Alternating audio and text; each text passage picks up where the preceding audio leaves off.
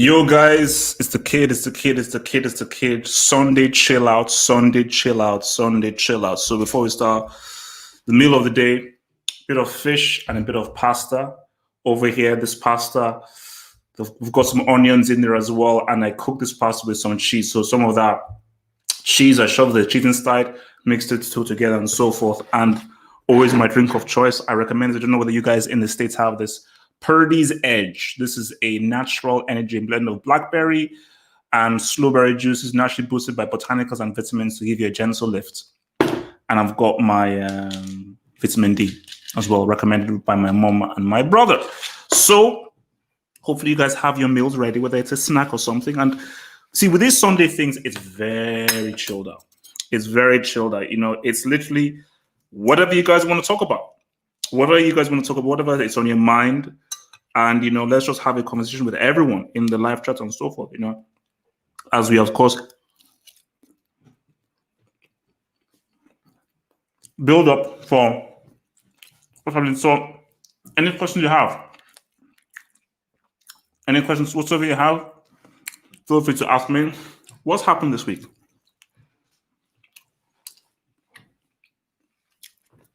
Let me just give my thoughts and then I'll get to your questions. I mean, for me, and I posted this on Instagram, why do we as a society want to be triggered? You know, it just feels as if there are people online who all they want to do is just get annoyed. Because my thing is that if I know someone is annoying me, someone is pissing me off, I just go the other way. Life is too short to spend your time being pissed off. So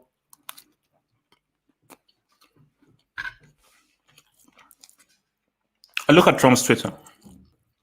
Trump is a troll. And Trump tweets things to target his fan base, the Republicans. Far right, or the guys who are pro-Trump and pro his issues. If you know that's what he does, why do you spend your time responding to every tweet he has? Because every time I look at his Twitter, I am amazed by people who spend time looking at memes, taking stuff from Wikipedia and say, well, this is where you lie, you really lied. Trump doesn't care, and neither do his supporters. So I don't think it's a fascinating, I'm sure Mr. Valvino, who's obviously in the chat, you're a philosophical type, is that it is a crazy psychological thing where people, they want to be offended. It's like, oh my gosh, look at what this racist person did. Look at what this thing he did. I'm like, okay, the world is racist. Hello, I know it is. Okay? And it ain't going to get better anytime soon. So what you do is, if you see injustice or racism in your face, you deal with it. But you seeking it out, retweeting these issues, what's it going to do? What? So I should sit down in my place, hundreds of miles, and be like, oh my damn it, what? This is awful. It's like how, like, my mom kept sending me the Chadwick Boseman videos. And I said to my mom, Mom, why are you sending me this stuff? This is depressing. You know, this is depressing. You know, why do I want to? It is already bad enough what happened to him. But why do you want to send me this stuff? Because it's depressing. So it is basically, human beings are very, very tricky people. Hence why I told you I don't trust people. You know, which is why for me personally, I've always viewed myself as a lone dog. I don't, ever since, I don't know, maybe we'll discuss about this in school. What kind of person were you in school? For me in school, I had a small circle of friends. I despised walking in groups. Every time we would walk in groups, pissed me off, you know, and I just the whole aspect of like, hey, no, we have to work together as a team. We have to come together as a team. I'm like, because I'm very individualistic, you know, and there are just some people who are like that. There are people who are team players. There's people who are quiet and so forth, and there are just some guys. Like, for me, I have just always, even ever since I was young, my mom always used to say, man, this guy, you always like to just do your own. And maybe it's to do with, because I was the youngest, I've always had a chip on my shoulder. And I've always felt that I've got a chip on my shoulder, and I've always felt that I have to prove myself. And in so many instances, people have been like better than me, whether they're faster than me, smarter than me, stronger than me, and everything. So that I always have that competitive edge of like, no, I'm going to prove you people wrong. I'm going to prove you people wrong. So I always feel that even in this my part-time job that I have, like I'm always like, yeah, I've got a chip on my shoulder. I will always prove myself, man. But yeah, no. But and even as well, it's funny, but I think I'm the only person that thinks this. Every time, let's say I'm walking on the street and I see kids either leaving school or going towards school, a chill goes down my spine. I really believe that I hated school more than anybody ever, and I still have flashbacks of my time in school. Like there are times where, like, bro, I left school a long time ago. Oh my god, I left school. I left school a heck of a long time ago, but I still have flashbacks of school. And I'm like, oh damn it. Let's just see what some of you guys are saying, man. Let's see what some of you guys are saying.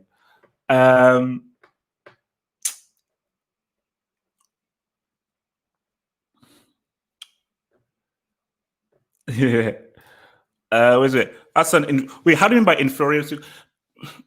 It's an inferiority complex. That's different. An inferiority complex is I don't feel inferior. So an inferiority complex is that is if you have an inferiority complex, you can't achieve anything.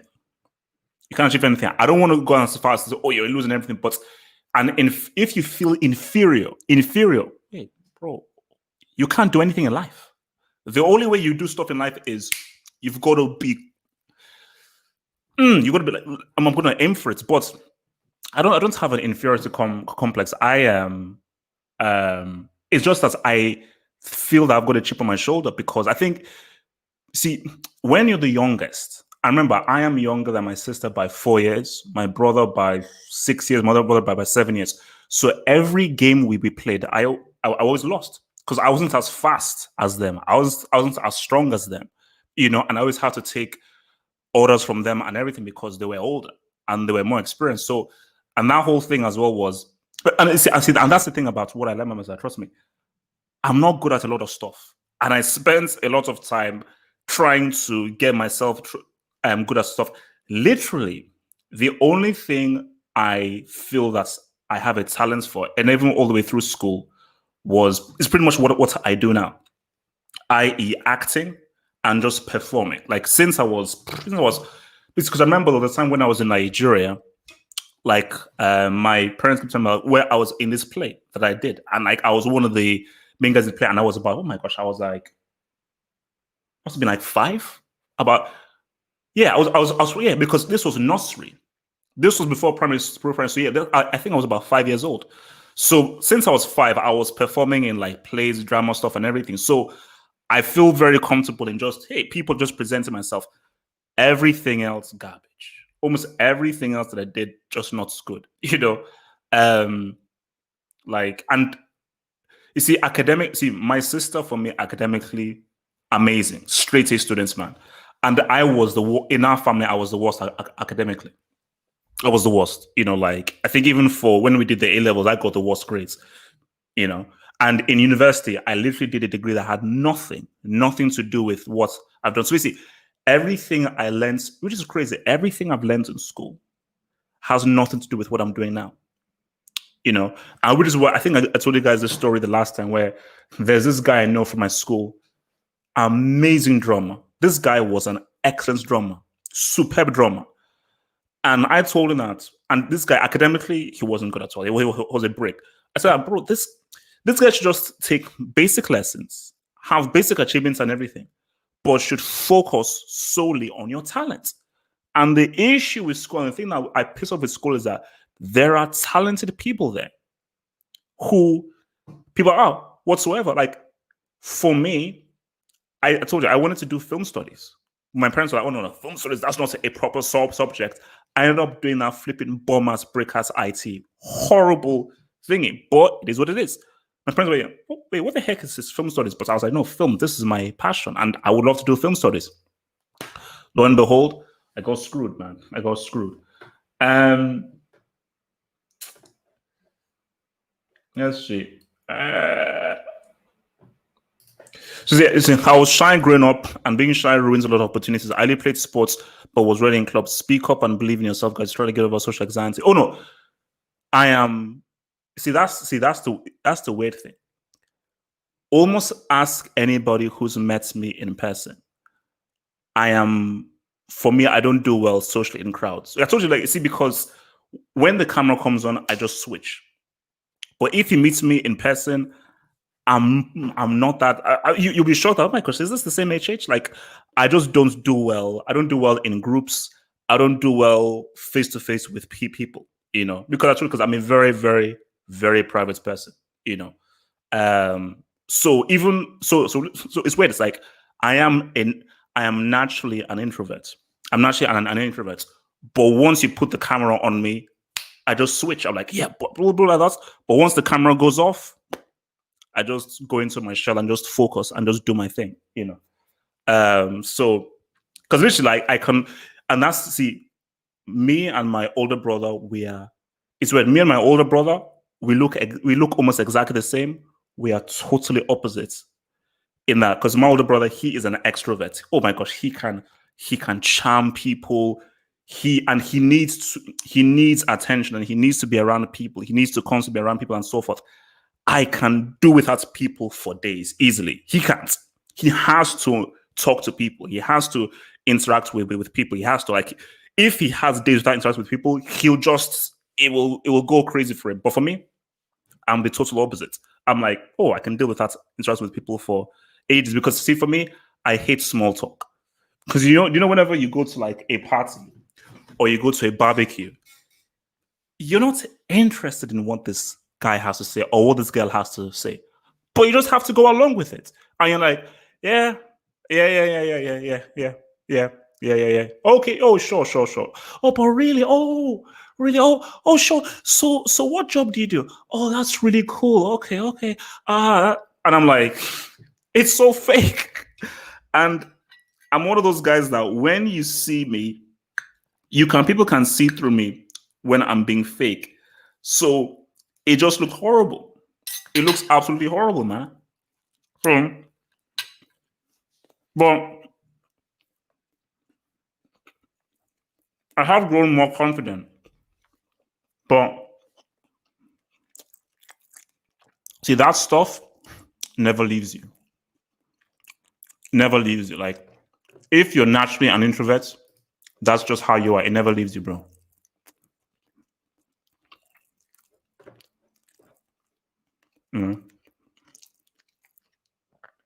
Oh my god. Yeah, see. So you may not realize the effects of your content, man. So no, look, man. You see, for me, like, as I said again, like, you have to. So whenever people say that they're thankful for the content I bring out, man, that is more valuable than any kind of money or cash or ever. 100%. Because I told you, see, the job I do, part-time work I do, it pays well. It pays well. It pays very well. But it's weird. So I get paid more in my part-time job than I do in this, because the pay rate is like it's like really good. But I enjoy this far more than I do that. So see, that job is to pay the bills, rents, all that kind of stuff. So look, I do it for rent money. And this football house and everything, the money is coming in and everything, but I'm just, I'm slowly building up the money and stuff. But really, my thing about it is that, which is why I say, see, sometimes I'm like, oh my gosh, I've not made enough. I need to make money here, I want to make money here. But I'm like, wait a minute. Life is short, man. Look at Chadwick Boseman. Look at that. Look at what happened there. So if you wasted your life just saying, money here, money, money, money, money, money, money, money, money, money, money, and the next time you drop dead, then it's like, so the last few days, all you did was just money, money, money, instead of enjoying yourself. Because in life is short. Life is short, man. And there are certain things that have happened where I'll be like, you know what? Which is the key thing that my brother said to me. Whatever makes you happy, you grab onto the whole thing because this is what my brother said. Life is about trying to fuck you over. Life is trying to fuck you over every single day. Every single day. Someone is sick. You didn't get this job. Everything. So whatever makes you happy, you grab onto it. And for me, I was like, I love football. I love. I've loved football ever since I was young. And you see, I've gone through dark times. I don't need to reveal everything here because obviously that stuff is private. But the things have always helped me through difficult times are football and films. Football and films. Which is why when people say like, no, sorry, which is why for me, see, whenever let's say I go to a gathering and there's a football or a film discussion, I get really into it, especially if it's a film discussion. Because see, the thing about this is that most places you go to, people don't care about football as much, but film is universal. But whenever I talk about film in a very deep way. And you can see guys are like, okay, this guy's a bit weird. okay, bro, it's not that deep. But for me, it is that deep. When I go to the cinema to watch a film, I'm like, I am completely, because you see, when I was young, I could watch about 6, 7, 8 films each day. Easily 4, 5, 6, 7 films each day. Oh no, because the thing about this is that when when real life is so bad and it's so crap, I'm like, just let me just watch Matrix. Let me just watch like Bowser the Great Master, something to escape the realities of life. Because you just need just 2 hours to escape. Hence why it is important that you don't bring any of your political crap in films. Because politics is the real world. We have to deal with the real world about for most of the day. Can't I just have 2 hours of a film that has nothing to do with any stuff from the outside world, where we can just escape? That's all I want, which is why, like that's what makes anime and cartoons amazing. Because anime and cartoons, these guys are creating a wholly different world, and this is why even when you watch a cartoon, it's a cartoon world. It's not real. Anything that is like anti-real, sign me up. Anything that is just anti-real, sign me up. Sign me up.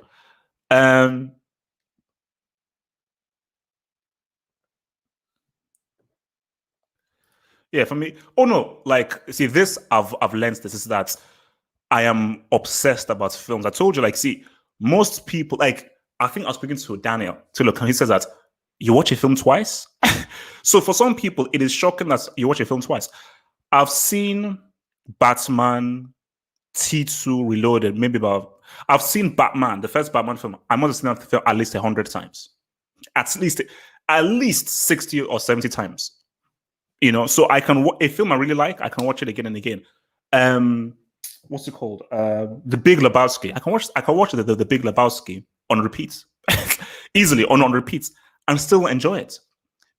So for me, like, I just view films differently. Like, I have a very, very specific passion for them, and whenever I watch a film, I am I'm concentrating on the directing, the lighting, the pacing, scene to scene, the acting, how guys are reacting to the acting, how they're getting into the emotions. I'm looking at everything. So I'm looking at it in far more detail than most people are, And I just think that whether it's football, films, video games, and stuff, this stuff is key because, guys, man, the real world, man, the real world will always, always find a way to try and fuck you up. Always. It always will. It always will. It will like, oh shit. It always will, man. Thoughts on Straight Out of Compton. Let me tell you about Straight Out of Compton. It's interesting. Very well done. Very well done. Really, really well done. It was a really well done film. Really well done film.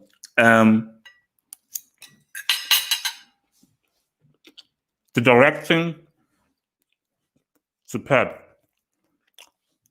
Acting, the guy who was Eazy-E, Jason Mitchell, who was easy quality. Ice Cube song quality. The Dre song was cool, but this is what issue I had. That was not the full story. Because I was talking to my sister yesterday, because she has beef with Dr. Dre. Because she's like, no, Dr. Dre beat up one woman, and it's a wife beater. Like and it's true. I was like, you're right. Because that was a key part. But Dr. Dre was the executive producer, and Dr. Dre would not allow that to be in the film. But you cannot tell a story like that of NWA without telling that story of Dr. Dre and what he did to that female reporter, because that was a major thing that happened. Because of what she wrote in the article, I think he threw her down himself or did something to her physically. So to omit that, you're not telling the true story.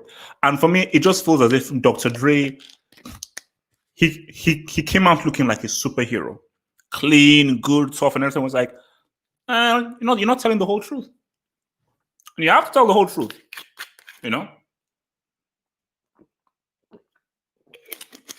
because that's what makes a quality biography. So, do you believe in hell and heaven or reincarnation? This is the big question, man. This is the big question. The question is this, man, is that I've gone through a massive metamorphosis with regards to me and religion, because I told you I don't go to church anymore. I don't go to church anymore. I don't believe, because I'm spiritual. I still pray. The church and everything, nah. There's too much hypocrisy that I've seen in church, and I think once you see truth, you can't deny truth, and once you have that truth within you, you can't deny. The thing with heaven and hell, I believe in it maybe in a concept, but I just believe that it is very hard to sort of say, oh, heaven is up, hell is down, hell is hot, heaven is... Says who? How do you know? How do you know? And I think with this whole thing with the world is that, because someone must have created this, because when you just look at how things happen and patterns, it's like, for instance, a computer has a pattern. There are rules to a computer, to how a computer works. And who put those rules? Us. So human beings are the gods of computers and machines. So therefore, there must be a god or gods that created what we know as the planets in the universe, because there's a pattern. There's a certain way that things operate. So someone has to say, okay, now this is how a baby is created, how this is created, and everything. But it's like, guys, human beings are just we are with regards to the universe, human beings are insignificant. It is difficult for us psychologically to get that around our heads, but we are insignificant in the grand scheme of things. Guys, do you know how big this solar system is? Just do you know how big this solar system is? Do you know how big like a galaxy is, a Milky Way? And do you know how many galaxies there are? So what makes you think that a human being knows exactly how things came to be? Do you know what's in another solar system? Do you know what the heck is happening in Jupiter or Saturn? So human intelligence is only relevant to Earth, and that's it. Okay, with regards to other planets, from Darren, have you ever been into books? No. You see, for me, I am more of a comic book reader. I prefer graphic novels, because I used to sketch when I was young. Basically, in our family, we all draw. Like, my brother is an artist, And actually, does anybody know Star Commander? the game Star Commander, because my brother just told me yesterday that he's actually now he just got a job as an animator for a video game company and stuff. So basically, like my brother is like this super artist and animator and stuff, and all as they draw. So I think I was always more into graphic novels, but I have read some books though. This is one of the best books I've read. The autobiography of Malcolm X. The autobiography of Malcolm X is one of the best books I've read. 100% amazing book. But another good book I've read is The Prince by Machiavelli. Really good book. I really recommend that. And I've read a few Harry Potter books, and I've read Dune. Dune is a very good book. Really, really good book. And of course, they're making a film of that soon, man. Believe in Jesus and be saved. See, Jonathan, that's interesting, man. Because I remember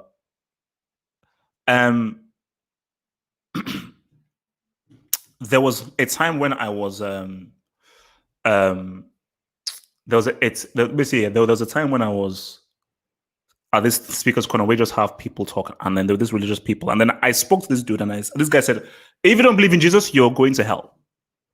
Said, "If you don't believe in Jesus, go to hell. Accept Jesus now, or else you'll go to hell." So I said to him, "Okay, what if there's a guy who helps people, has given money to charity, has saved lives, has dedicated his life to assisting and helping people, but he doesn't believe in Jesus? Does he go to hell?" He says, "Yes, he goes to hell."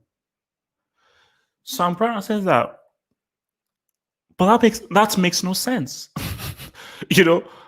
Because what if there's just a guy who just how I've lived, how I've been, I just don't believe in Jesus, but I've done all this good in my life. So that's just, for me, Jama, a logic doesn't make any sense, man. A logic does not make any sense. AJ,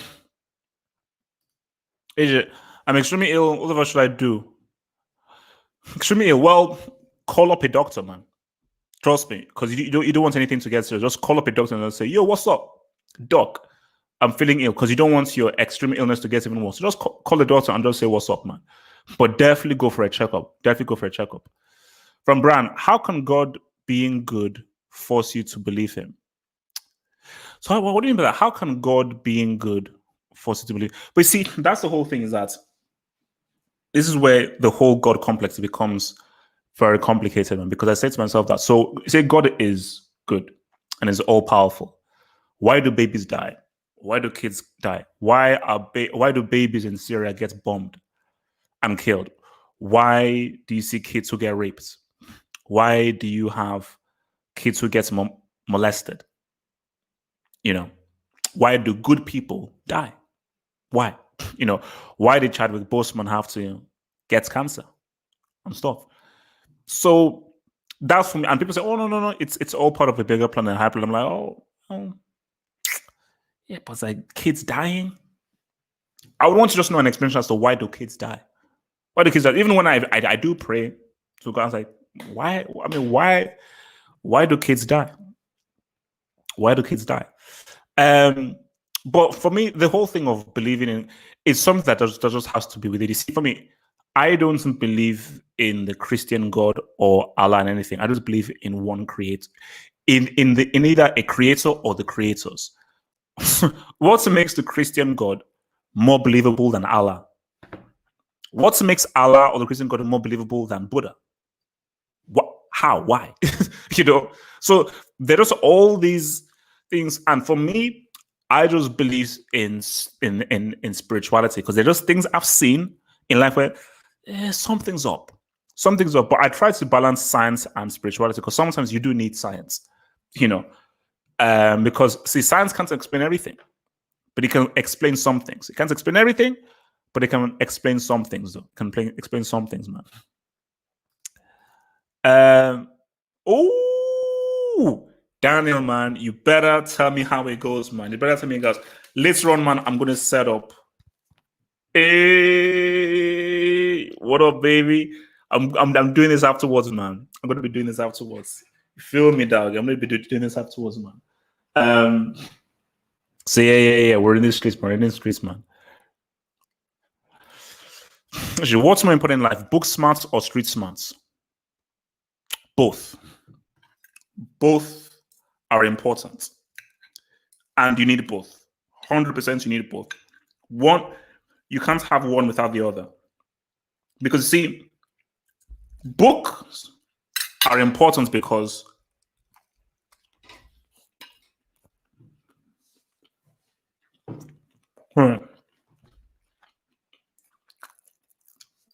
see, a smart man thinks he knows everything.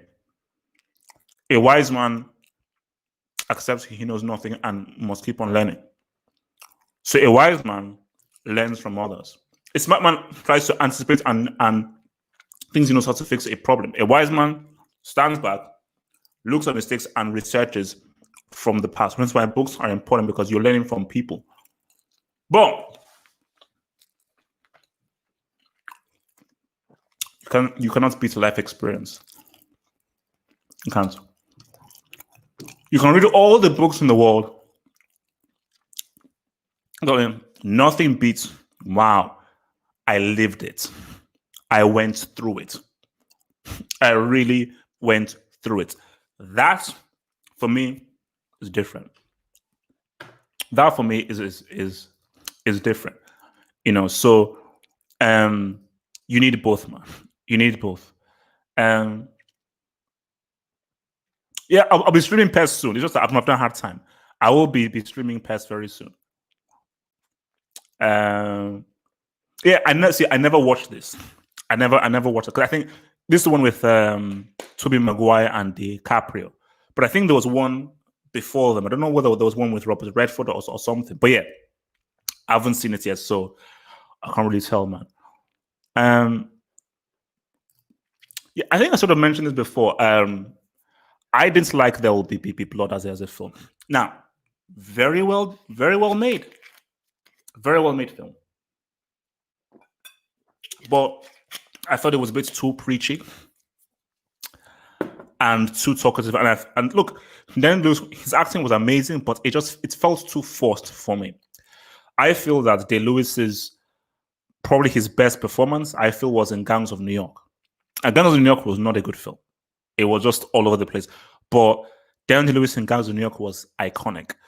Like, for me, I think the best man, There Will Be Blood, was very well directed. In terms of direction, amazing. Like the opening shot, when he finds oil and stuff, I'm like, oh no, this is amazing. This is amazing. So, but I don't know. HH. So believe in God or go to hell. Is that not threatening? You're given no choice. That's what that is why I say that, that feels a bit harsh.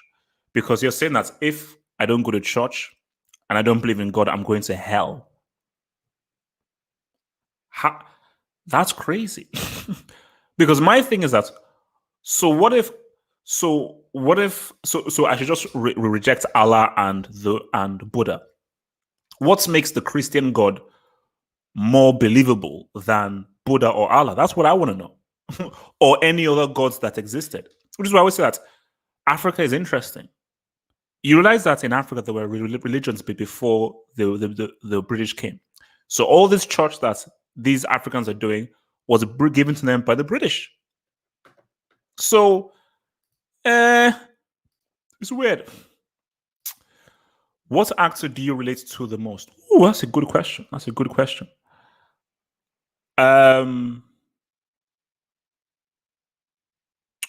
going to give it two. It is, I would say, Forrest Whitaker and Gary Oldman. And I think I say them because of, like, if I ever did acting, I would want to follow their paths, because they take very, very diverse roles and they dive into very diverse roles, and their roles are just all over the place, and they try and create a dynamic palette. Because see, some actors always want to pick very specific roles. But Gary Oldman is the greatest actor of all time, because Gary Oldman will do anything. He will do anything and take on any role, which is just what makes him amazing. So I think those two for me are the ones that really say what's up, man. Oh my god! You know, I was actually thinking of actually doing a video about this, and I might, I'll probably do a separate video about this because it's funny you say this. Because I was walking down the street, I think yesterday, and I saw this Asian woman, I think either Japanese or Korean. She must have been about 20 something, 30 something, holding the hand of this white dude. This white dude must have been in his 40s or 50s. And I just laughed. But it's linked into anime. It's linked into the World War because so after the atom bomb that got dropped, America shoved a lot of their psychology and everything into Japan. So they wanted to boom, boom, boom, boom, boom, boom, boom. They wanted to shove a lot of that stuff into Japan and everything. And when they did that, Japan was bombarded by Americana and Americana culture. So what you now have was all that stuff of like samurai, Japan and everything was just sort of extinguished. And what Japan wanted to do was really be one with America. And with, oh, this is the epitome of beauty. This is the epitome of being handsome. Which is why David Beckham is so huge in Japan. Because David Beckham represents the epitome of whiteness, you know, the pointy nose, thin lips, blonde hair, blue eyes, and all that kind of stuff. So when you look at Zelda, you look at Final Fantasy, you look at anime, most of the guys have a Caucasian look. Because that is what Japanese culture feels and aspires that beauty is. So for a Japanese or an Asian woman, for them, the epitome of beauty is a Caucasian man, because they've been sort of brainwashed and indoctrinated in its thinking through all these years since the end of World War II. And I just find this like unfortunate because I told you when I went to Japan in 2006, this country has incredible culture, absolute incredible culture. And I just find it so sad that a country with so much culture, so much talent, they gave us video games. This is a country that gave us anime and video games, you know, and they still obsess with the image of the Caucasian. I'm like, from Japan, why the heck in your art and everything do people look like they're Caucasian and white? And only very few guys look at Japanese like, that makes no sense. And Japanese people have an amazing look. You know, they have a very amazing, unique kind of look. So, and see, for me, I'm one of those guys that I love looking at different cultures. I love that. You know, anything that is completely different from me or something that does not look anything like I've ever seen before, I love that. You know, so that's what it is. It's they've been brainwashed. They've been brainwashed. So it's the same with men. If you see all women, same, and then you see one that's different, it's like, oh, what up? Yeah. Oh no, true. Like I think, which is why the concept of marriage doesn't really make sense. That's just for me. The concept of marriage doesn't make sense because I'm like, okay, so I have to be with you all the time. But what if I get bored? Am I not allowed to get bored? Because I mean, times where like, yeah, oh wow, this is someone new. Oh, this is new. I've never seen before. This is not something different. It's like if you eat pasta every single day, you'll get bored. Then when suddenly you eat rice, have a potato salad, oh, this is different. I've never had potato salad before because I've just been eating pasta for the past month. So you yearn for something different, and when you have that, you want to have more of it because it gives this new sensation that makes you want it more. So the concept of I have to now be with this person and I can't be with anyone else doesn't make any sense. It makes no sense. You see, society just feeds us that, and we just accept that. Oh no, you must be with one person. This is what to do. Says who? Who made up that rule? Who created that rule? And who tells you that that rule is in line with human nature? So maybe marriage is against human nature, but for some reason, at some period in time, someone just said, you must be married, you can only be with one person. And if you're against one person, that's a sin. Hey, what? Forget about a sin. What is wrong is you sleeping with someone that you know is with someone else. That's just wrong. Forget about it being a sin. That's just wrong. you know. So, but being stuck with someone for the rest of the time is crazy. Yeah, yeah. Power book tour. I'm pissed off because there's no ghost. I'm pissed off because there's no ghost because I really want to see ghost. But it is what it is, man. We'll see what's popping. We'll see what's popping. Oh, I put up my review. Now, I haven't seen the cartoon, and I don't really care to be honest. But it's I enjoyed it. It's not great. It's not amazing. It is cheesy. It could have been longer. They could have extended a bit more. But for what it is, enjoyable. And enjoyable, man. It was definitely enjoyable, man. So it was cool. It was cool, and I liked the action. Guy Donnie Yen. Donnie Yen is my guy. See, Donnie Yen is my favorite martial artist now. Either Donnie Yen or Tony Jaa. Like guys, if you watch Ong Bak, man, if you watch Ong Bak, like Tony Jaa is that flipping dude. Tony Jaa, that. So yeah, I think it was fun, man. It was fun. It was fun.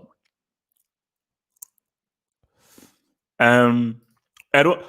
We did a top 10 rappers, so it is on this channel. So if you search in this channel, you search long and hard, you will find the top 10 lists in there, man. So,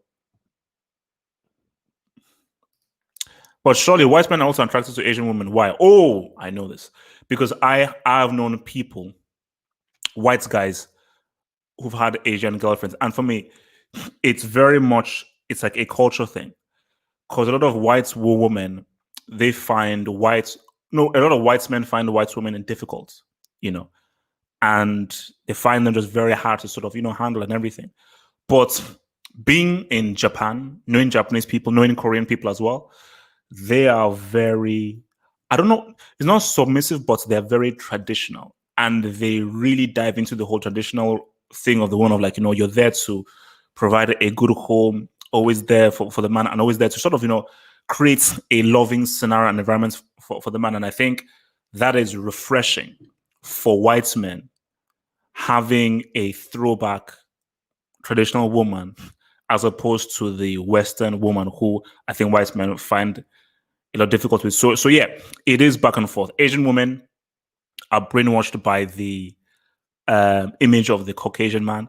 I think white men really are attracted to the very traditional nature of the Asian woman and so forth. And I think, and they also, and I think the attraction is made stronger because the Asian woman is they're so much in love with the white man and they're so lustful for the white man.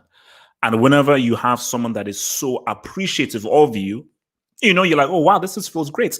But for the white woman, you're like, hey, look, we've been to. So white women don't see white men as this great, amazing thing because look, we've known each other forever.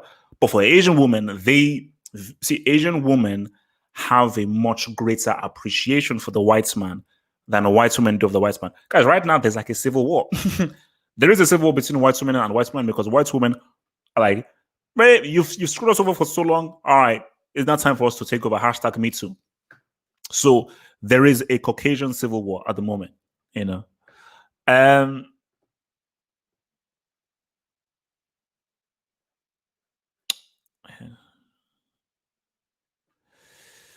Oh yeah.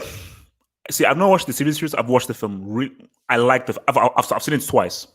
I've seen the film twice. Really cool film. Really, really good. Really, really. It was good for me. I enjoyed it. I enjoyed it. Some very good scenes. Some very good scenes, especially some scenes. I don't want to spoil anything. Where they go into slow motion and stuff. I'm like, oh, some really good scenes. Some really, really, really good scenes, man. So that's good. Oh hell no, of course not. Say if I meet someone great, cool. Like I was discussing with my friend, because my friend, he's like in Miami. He's like, man, this Miami one and everything. And he says, okay, he's like, I'm going to go to Japan and find someone. Because what I found is this world is a massive place. And this is what I said to my other friend is that the women that you're talking to are only women based in this country or on this continent. Women are completely different in South America or in Africa or in the Middle East or in Asia, Southeast Asia, East Asia, and so forth. So which I just that I don't need to consider anything, but I do want to travel. And then I think the more I travel and everything and meet women of different cultures, I think the better it will be, because I just think, women from this kind of Western culture, I'm like, I think what is refreshing is meeting someone that is from a totally different culture that hasn't sort of been poisoned by social media, Instagram, OnlyFans, and all this kind of stuff, But I think that sometimes people lack a global sense of view, and just feel like, basically, some people just feel like if the world is just like your neighborhood or just your country, this world is a lot bigger than your neighborhood or your flipping country, bro. I ain't going to more relax, man. I'm not going to freaking size. I bury, man. Chill. Hazem. Yes, Hazem, your ban is over, man. Your ban is over, man. My ban is over. I feel religion has been twisted to fit people's agenda. Like you said about the hypocrisy you've seen, there's a quote, the winners write history. People use power to tell people what to believe. Yeah, basically, which is why, you see, I have nothing against, you believing in a God, spirituality. I have an issue with religion and just the concepts with religion. I told you, most of my family are very religious. Okay, so I'm not against religious people. My mother is extremely religious, and we have sort of arguments and disagreements because I'm not religious. She is super religious, but I'm more spiritual. I'm more spiritual than I am religious. I just feel like if religion is very institutionalized, and I am anti-institution, because I just feel that whenever you give human beings power, they will abuse it. And we've seen what priests have done. The priests, these are the most devout, holy people. They don't do anything, and they molest kids. Because when priests, they molest kids. Now what? Now what? You told me that these priests are the most holy of people and the most devout of people, and we find out that they have sex with kids. So, it's just that I'm just against the institution, man, because people poison that institution. And you see, this is my thing as well. You see, this has always been my test. This has been my test to Christianity. This was my issue with Christianity. Growing up as a Christian who had to go to church every single Sunday was, okay then, let us put up the painting of what Jesus really looks like. Because in Nigeria, it's a white Jesus who's a white man with long hair who looks like a machine. So how come why don't we change this and make Jesus look like how he actually really looked? Curly hair, brown eyes, olive skin. Would white Christians still worship that Jesus? That's my thing. Would they still worship that Jesus, man? That's just my thing, man. A woman finished in 2020. Oh, no. Far from it. I think women, I think things are changing big time in terms of the gender roles. Big time. Like this last few years, there has been a massive change, and you're going to see a lot more changes, and it's going to be super interesting because like the modern woman right now, they're like, oh, things were changing up now. We want more power, we want more control, and the way things were before is going to happen. So it's going to be interesting to see how men now react to that and stuff. And it's interesting, and I think that's why relationships are interesting, because relationships are interesting because it's we are so different in terms of gender and so forth. What's called men are from Venus, women are from Mars. But that's what makes relationships interesting, is because if you are with somebody who's exactly the same as you, it's boring. It is the differences that makes things interesting. And yeah, I mean, I don't think that you're going to be seeing a lot of changes both in media, in entertainment, and so forth. And that's just where things are going, man. That's just where things are going.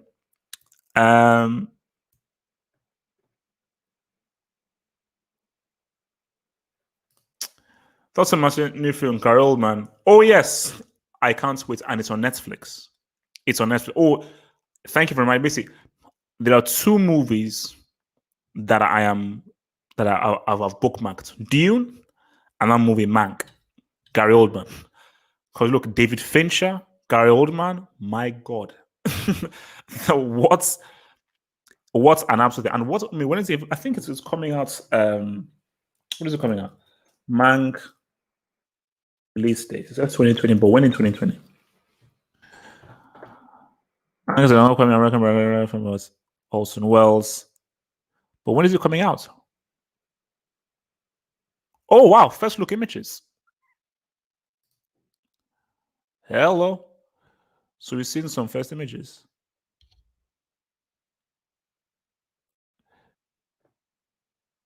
Wow, interesting. Yeah, no. This is going to be a big film, man.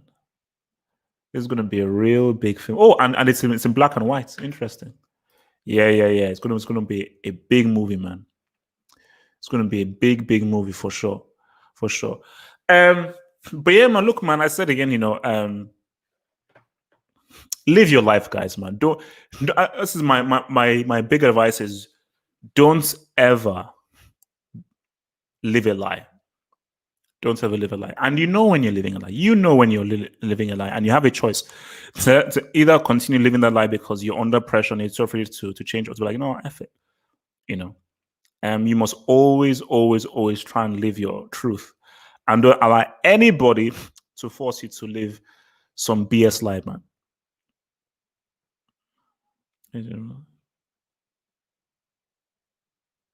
Ooh. Now this is an interesting question. Asia, would black people stop with Christianity if white Jesus was replaced with a black Jesus? Oh my gosh, that is such a deep question. That is such a deep question, and I really don't know. Because again, there is definitely still a feeling in the black community as white is best and white is supreme. And unless a white person does it, then it isn't proper, So it would be interesting if, just let's say Jesus was just made black. Would there be the same kind of reverence towards that Jesus as we had from before? So it's weird.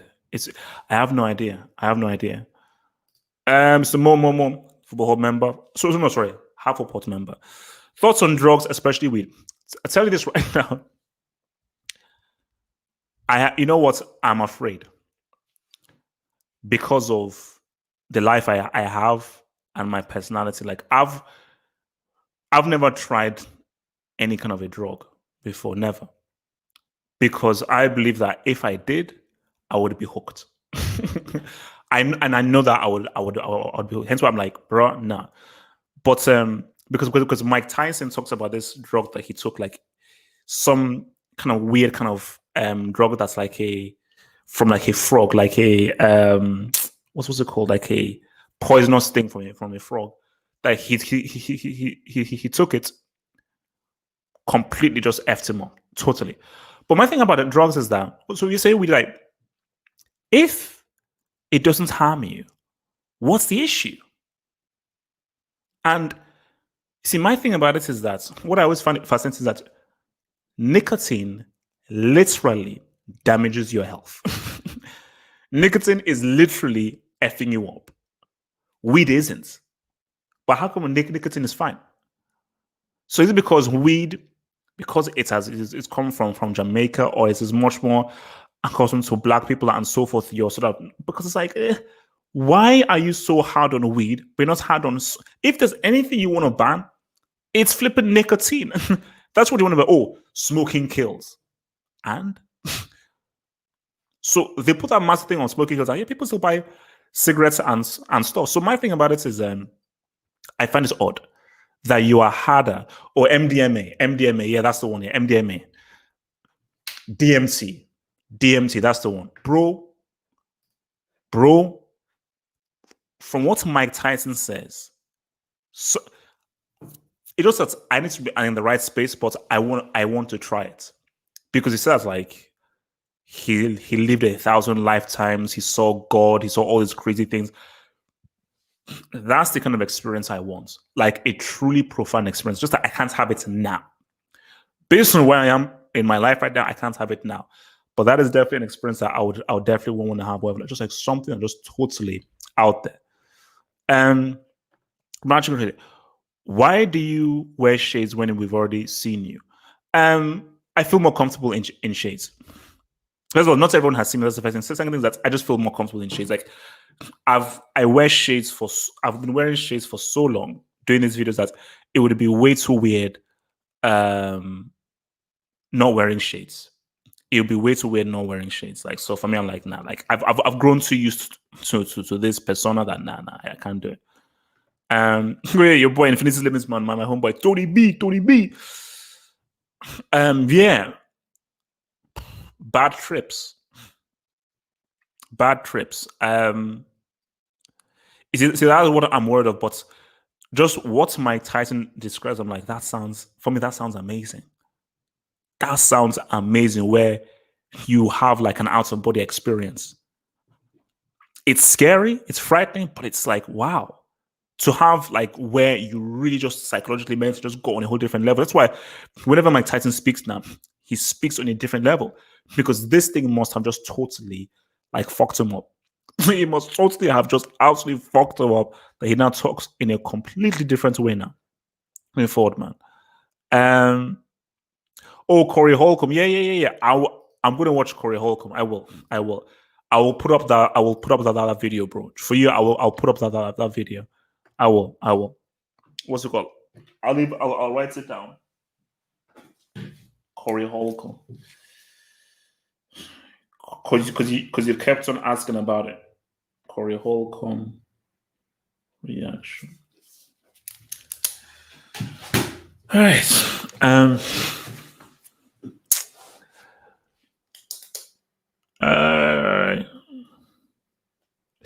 Yeah, see, I wanted to talk to you guys about this thing. I watched one episode of BoJack Horseman. Yeah, I didn't really get into it. Maybe I need to watch more. But yeah, one episode I was like, okay, this is interesting. It's different, but I was like, I just didn't really get the jokes. I watched Archer as well, didn't get it. I think I watched like 2 or 3 episodes of Rick and Morty. I just don't get it. I just don't. I'm like, am I missing something here? Should I be laughing here? And I was like, I'm like, I don't really understand. So which is why for me, I'm like,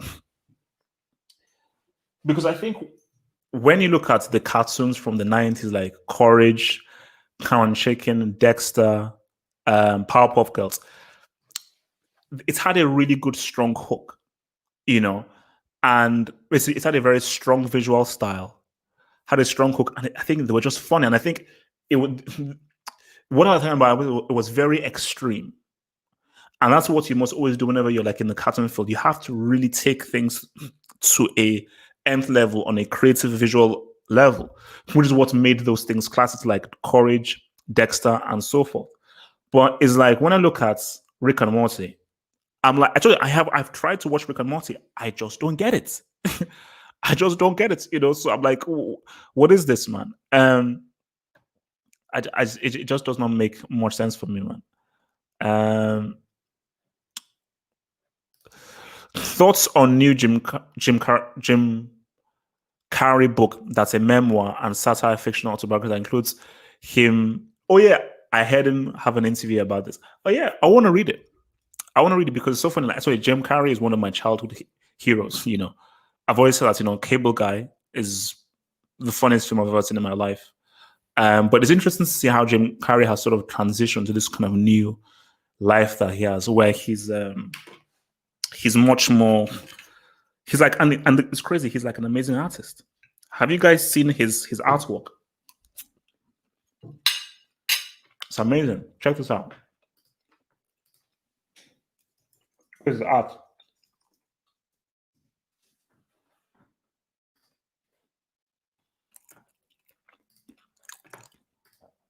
That is crazy. This is Jim Carrey's artwork. Check this out.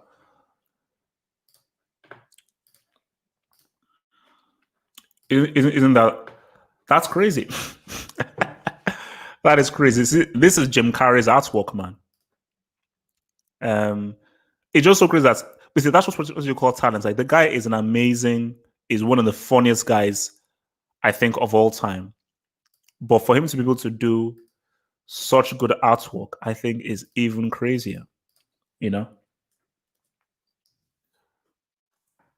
able to do this stuff. Yeah, look at that, Jim Carrey, and that's pretty good for a guy who is already an amazing actor, an amazing stand-up good. So let me ask you guys this: who would you say is the best stand-up comedian ever? Because I've got a bit of an interesting video that I'm going to drop very soon. But who would you say is the best stand-up comedian you've ever seen, or the greatest comedian of all time?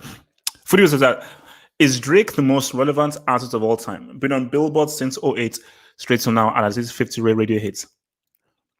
I told you the story of my thing with Drake. So when I first saw Drake, I was like, who is this dude? Who is this clown? This guy looks annoying. He sounds annoying. He's annoying. So piss off. Then I think the first song of Drake I liked was Hold On, We're Going Home from it wasn't really this. It was like, and that song is like on my playlist. So whenever a song of yours gets on my playlist, that song is key because I can listen to that song many times. And so can I just listen to his catalog and listen to Thank Me Later. Thank Me Later is an amazing. I like Thank Me Later so good that I've bought a CD player. Guys, I know kids, if you're 21 and under, I'm sure you don't know what a CD player is, but guys who are like 30 and over, CD player, the sound quality you get from a CD, it doesn't matter how good your Spotify or your Tidal is, the sound quality you get from a CD is far superior to anything you get online, because whenever you rip anything online, you lose all the quality. So you can boost it up as much as you want. It doesn't sound the same as the CD. Obviously, the highest quality, the best, the most authentic quality is record. That's where like you're like literally in the booth, you know. But those are super expensive. But CD, quality goes record, CD, then MP3, and then tape. You know, that's how the thing goes. But my thing though is that when you look at Drake's run, basically, Drake is the Michael Jackson of this era. He isn't as good as Michael Jackson. He doesn't come close to Michael Jackson. But in terms of relevance and literally setting trends and being a trendsetter, where almost every song you bring out is the most popular song that everyone that is going through is amazing. And what I've just had to admit, especially listening to Thank Me Later, he's got an amazing ear for music. Obviously, 40, his producer, does great for him. But I'm like, love him or hate him, musically, because for me, I'm a guy, I told you, I make music. You know, whenever I have some, I make music myself. So I love music. As I'm sure that everyone does, but I love music to the extent where I make my own music. So just his ear for music is amazing. And the fact that he's remained relevant for so long is amazing. It's absolutely amazing. So of all time, put it this way, I'll say this. No, I don't think any artist will be as popular as Michael Jackson. No. Like Michael Jackson, they will never in a lifetime see another Michael Jackson. Never. Like Michael Jackson was on another level. But what I will say though is he might have the longest run of any popular artist we've seen, because Michael Jackson was only really a huge global guy as a single artist when in early 80s when he released Off the Wall, but really, really Thriller. But you can maybe say Off the Wall. So it's comparable. Because think about it, Michael Jackson's run started from Off the Wall, which was the late 70s. That's late 70s. That's all through the 80s, all through the 90s, and then the 2000s until 09. So that is like almost 40 years. And people may even argue that, remember, he was the main guy in Jackson 5. So maybe even in Jackson 5, he was still the so might still be the dude, but still, Drake's run is crazy. The fact that this guy has been at the top for this long is insane. And he deserves it because it's now not all the tracks I like, but a lot of the tracks I'm like, even the last track that he did, baby, baby, like it's a good track. So the guy has a great ear for music. You can't hate. You can't hate. He has a good ear for music, man. So that's the thing, man. Do you like Afrobeats music? No, see, I'm really getting into. See, for me, like obviously, when I was growing up, there was this guy in Nigeria called Shina Peters. So this was way before Afrobeats. This was back in the 90s. So Afrobeats was not even really a thing. So that was like my guy, the Nigerian artist. But listening to Wizkid and then Burna Boy, because see, Afrobeats takes its roots from obviously the drums. The guys who would play at functions or at traditional weddings and events and everything. So for me, whenever I hear Afrobeat, it just takes me back to when I was growing up in Nigeria, and it just takes me back to the music that's used to play in my dad's car, and just from those kind of old school artists, because which is why I say that rap takes its roots from African music and Afrobeat. It's the same because everything is connected. Because those guys, those slaves that were taken over there, the music they made was from their homeland of Africa. So whenever African Americans say, "Oh no, this is African American culture, man, it's an American culture," no, it's African culture because rap is an evolved from the words and the back and forths that slaves used to sing to each other, which obviously evolved into the blues, and the blues is a genesis that then evolved into rap.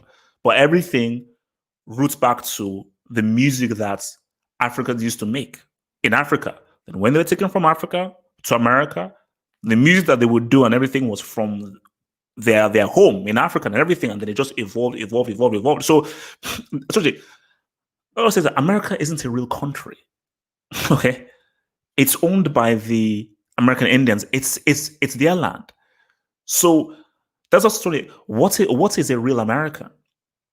If you're like, if a white guy says, I'm a real American, man. I'm a real American. USA, come on, man. You're not just red, white, and blue. The red, white, and blue.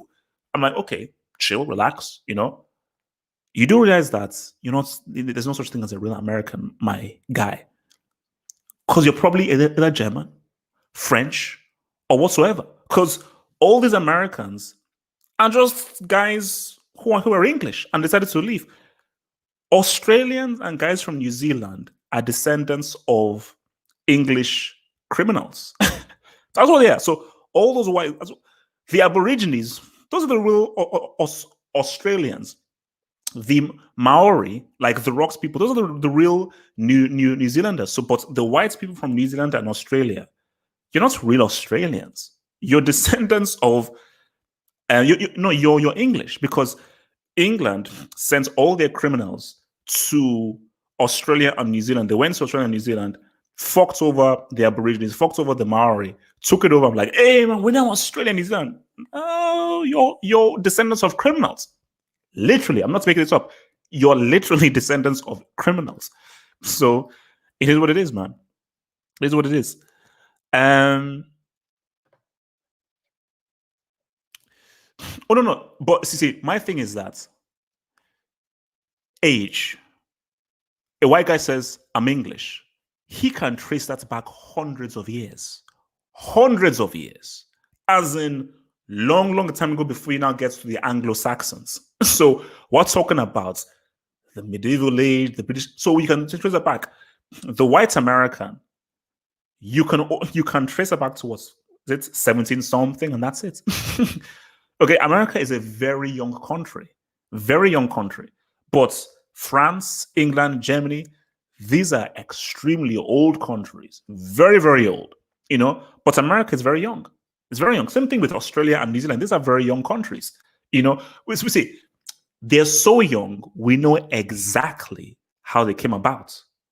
But for England, Germany, and France, we have an idea how they came about, but we don't have a concrete idea of how did England come about? How did France? We don't really have a concrete idea. We know exactly how Australia, New Zealand, and America came about because they are so young. So, oh yeah, the Maori and the Aborigines, they still like, but there are very few of the Aborigines, very, very few, because they were mostly murdered by the English criminals that came over.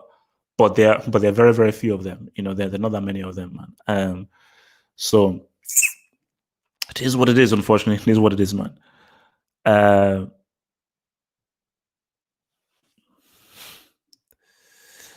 It is what it is. But yeah, but America is a young country. It's a young country, which is why, like, and I also think that the issues that you're seeing in America right now, they were always going to come to be because of how the country was built. Because obviously everybody committed these crimes. Everybody committed these crimes, but just like America, just in particular, because you've become like a massive empire. But you've become a massive empire committing heinous crimes to people. Also heinous crimes to people. So it is what it is, man. It is what it is, man. Is elitism and wealth disparity in the world between the top and the bottom, plus technological advancement to those that can afford it, the most dangerous thing and gap of all? It should be, but it isn't because of religion and other controlling factors. So religion, celebrity, and mind control. So let's take England, for example. The poor English person should be pissed off. Say, wait. Why do the royal family, who pay no taxes, they don't work, they don't contribute, they don't go to work, why do they live in a massive, huge palace and a huge house and so forth? And why do you have to bow down to them? But it's mind control, because you've been told by the system that, hey, it's the queen of England, it's the queen of England, chill. So because it should be, but the pyramid has existed for a very long time. And don't underestimate the power to control the mind. Don't underestimate the power to control the uneducated mind and the mind of the poor. Which is why you have people, which is why when you look at the pyramid, people high on the pyramid are the guys who are smart and they're cunning. Because when you're smart and you're cunning, that's how do we control these people? It's maybe through religion, media, movies, and very charismatic speakers. People are very easy to control. You just need to know how to control them, but they are very easy to control.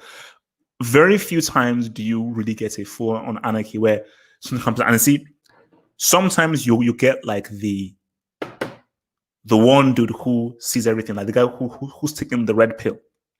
He now sees the green code. He doesn't see he now sees green code. And once you see him, you kill him. So the state, the people, oh my gosh, this guy, he's a potential leader.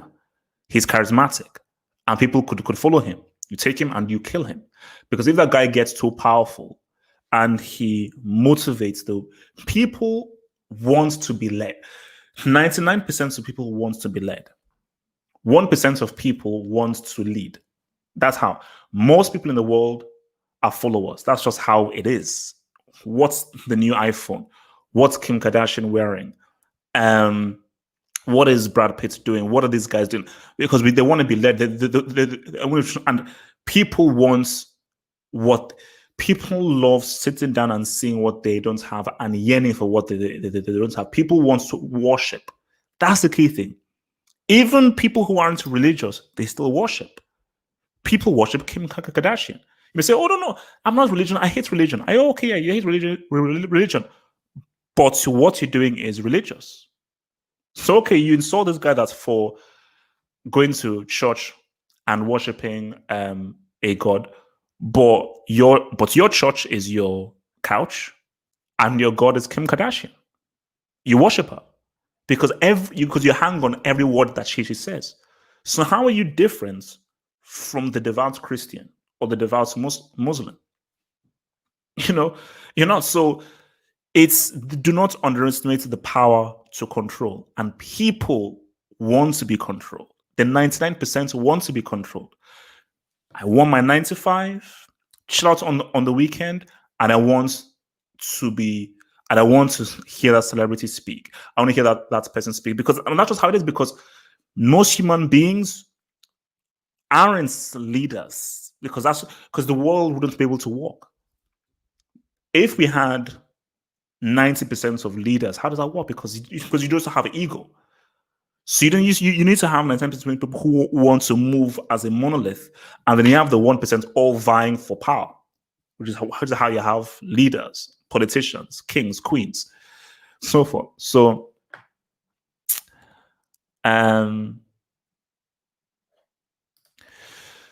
yes, I have not read it, but when I was in Nigeria, they showed there was like a TV special made of it that we always used to watch. Things fall apart and the measure when I hold. I think that's how the song went. But yeah, I need to read the book. But we did. I remember. But I was young. So when I was young in Nigeria, because that was like it was very famous when it came on TV in Nigeria. But I've not watched it for a while. I don't know. I've not watched it for a while, man. But it would be interesting to see how Africa was pre-colonial times. Like especially looking at the Benin Empire, and all the obas of the different kingdoms that existed, man. That would be cool. Is democracy overrated? You know what I find whenever the people say about democracy, all this stuff, there is no system. There's no perfect system for human beings. The system isn't the problem. We are the problem. There is no system that exists that is perfect. You don't have to get a system that works to the best of its ability, because there will always be war. If you get 50 random people there will be factions that will be created, and there will be tensions and people that wants power. Everyone always wants power, not just something within us as human beings. We want power, but which is what women say. See, women say, if we ruled, there would be less wars. I don't know whether that's strong, but that is interesting, because women said no, that is just men trying to be men. That men are very egotistical, and men are far more competitive and far more. I want to show what I'm about than other guys. So it would be interesting. So if women did rule, what would the world be like? If women were the dominant force, but they don't. It seems we have to have a democracy, because if we didn't have that, it would just be hell on earth. It would be hell on earth. But my thing though is that there are some societies that need a ruler, a clear ruler. So can a democracy work where you have like 8, 9, 10 different religious factions who all demand power? Democracy can't work there, because if they say, okay, we're going to count the votes, but like, oh, we don't accept the votes, screw you. So in a place that has all these 9 warring factions, you need an autocratic ruler who is respected and is powerful. Because that autocratic ruler is like, you fuck with me, I'll fuck you up. And I have the power to fuck you up. So either you get 9 or I will screw you over. And I will rule with fear. You think I'm joking? I will take your family and I will threaten to kill them if you don't stand in line. And I have the power to do so. And that is so That is how that place was. Because even I'll say, hey, let's have a democracy, let's do voting and everything, bro, we'll just shoot the flipping voting person, and whoever is president, we'll just assassinate him because we want to be in power. The biggest mistake that people make is assuming that we are all the same as human beings. And culturally, we're all the same. Culturally, we're not all the same. We're different. Your culture is different from my culture. It's different. We are culturally different. So who are you to say that, this works in my culture, therefore it should work in your culture? No. Cool, that works in your culture. Don't assume that it works in our culture, because our culture is different from yours. So this is it's complex, man. It's complex. Oh, whoever does that is a psychopath. And then any person that you say compares Michael Jackson to Elvis, I please, I want you to punch them square in the face and break their nose. Please, punch them in the face and break their nose. I am begging you, man. I'm begging you. Please punch them in the face and break their nose. Oh no, what is it? Have you heard of the concentration camps for Muslims in China? Why is nobody stopping it? Oh dear Lord. Is that true? I have not heard about that, bro. I have not heard about that.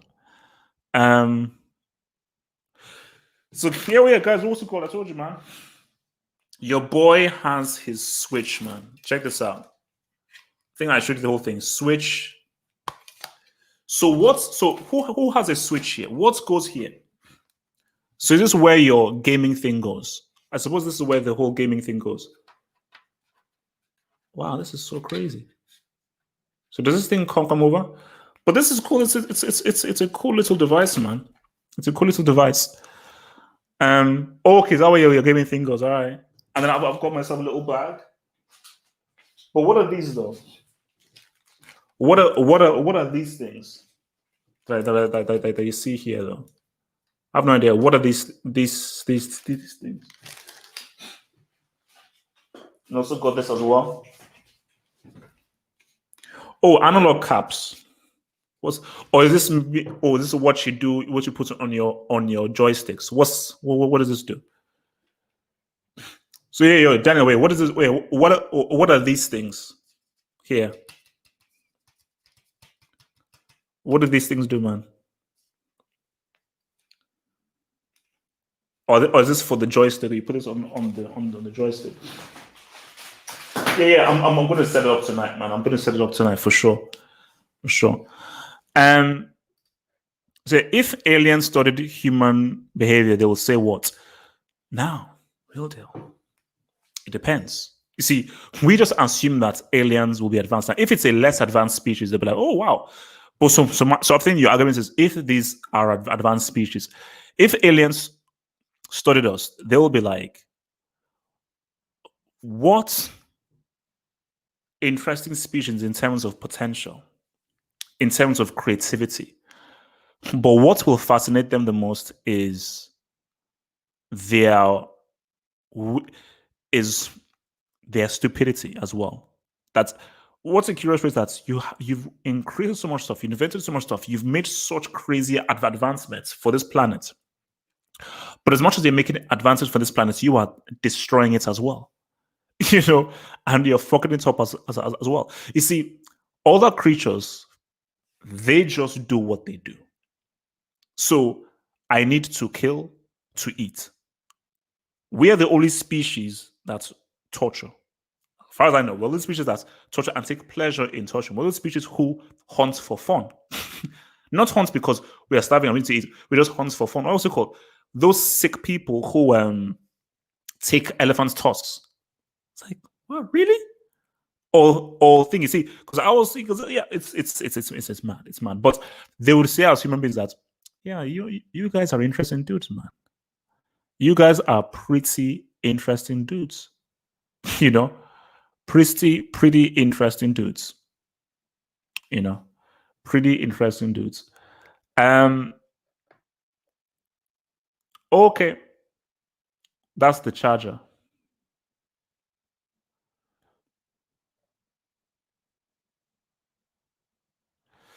Someone said something, man. So I said Ramos is on a hat trick. Well done, well done, Ramos. Well done, well done. Oh, is this true? We're the only species that eats spicy food. Oh, sheesh, man.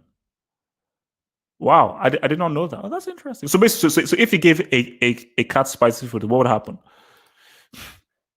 Thoughts on dogs being man's best friend. Um, well, I'm a man and dogs hate my guts, so that's false. So I'm living proof that that's sentence is false because I believe I'm a man, unless I was wrong and I've been a woman or a machine all this time. And dogs hate my guts, so Simpson predicted in 2025 aliens will show themselves. Then in the year 2028, time travel will be possible. Well, Wilson, Simpsons have been pretty good with their predictions and so forth. So let's wait and see.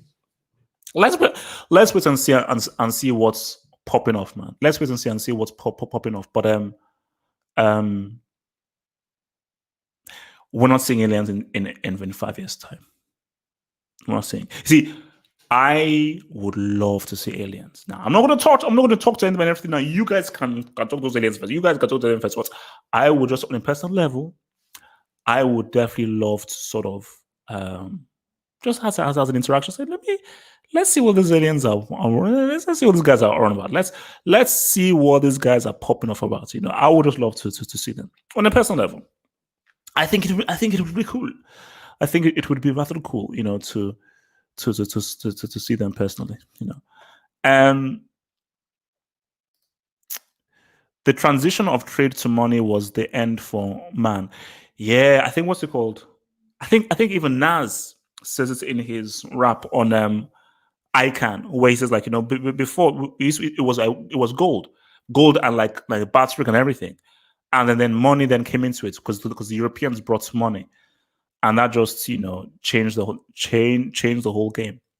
That just changed the whole game, because again, like who controls the money? Who controls? Because it's a system. It's a system. I told you, like those guys, man, the English, French, and everything. They were smart guys because they knew that we have to control this, and the way that we control the world is we create a system, and we promote this system that everyone uses, but we control and we benefit from. Told you, man, don't play hard, play smart. Play smart, man. Doesn't work hard, play smart. Do you think in 100 years' time people will be half human, half robots? I'm curious about the development of technology that will control humans even. Here's what I believe. I really do believe that because I'll be shocked if it doesn't happen. It may not happen. But I'll be shocked if this doesn't happen. That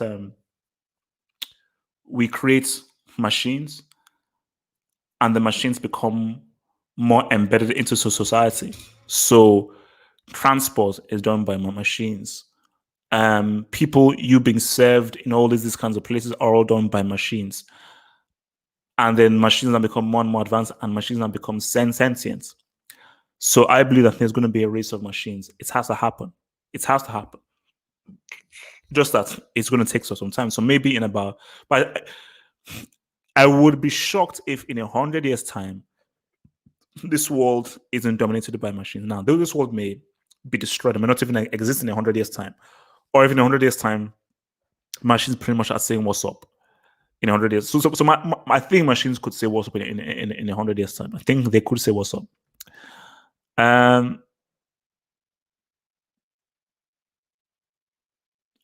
Yeah, see, for me, people say, is there confirmation of? Because my thing about it is that this is what I say. What if we're the only sentient beings in this universe? That's first of all, that's frightening because then it's like then we are truly fucked. But my thing about it is also as well is so if there is another sentient species out there, are they trying to look for us? So like in another solar system or something, is another species attempting and have been trying to attempt to make contact with us or trying to talk to us? And maybe that's the thing. Or another scary concept is for human beings, yeah, this is just your age. So the human race has a beginning and it will have an end. And we'll just be consigned into history. As just, oh yeah, wait, this was the time of the human beings. Boom. Just like the dinosaur. The dinosaur had its beginning, it had its end. The human being had its beginning, it's had its end. So then machines will then, or whatever race takes over here, we're like, oh man, look at what these human beings, look at all the stuff that they believed in, look at all the stuff that they did. Oh, this is when they had, look at all the wars they had. Look at all those world wars. Oh, remember, this is when they had social media. Oh, this is when they had COVID and everything. You know? Oh shit. They fucked themselves. Like, these morons literally went to war and nuked themselves. And said, man, these guys, they had so much potential. Look at all the stuff that they created. And they just couldn't get along and they ended up blowing those up. Now that's a sad story. That is a real sad story, man. I don't want to imagine the predator existed in real life, man. Please, no. Who controls Africa's waters, man?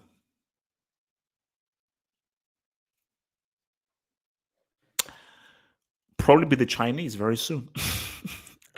Because the Chinese are making the way into Africa right now. So it's probably going to be the Chinese very soon. They're gonna take over that whole shebang, man.